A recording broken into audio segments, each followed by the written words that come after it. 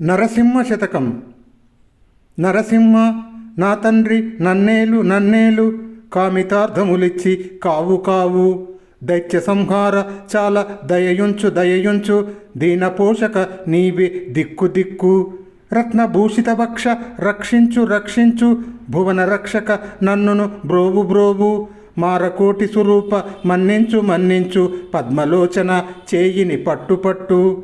సురవినుత నేను నీ చాటు జొచ్చినాను, నా మొర ఆలించ కడతీర్చు నాగశయన.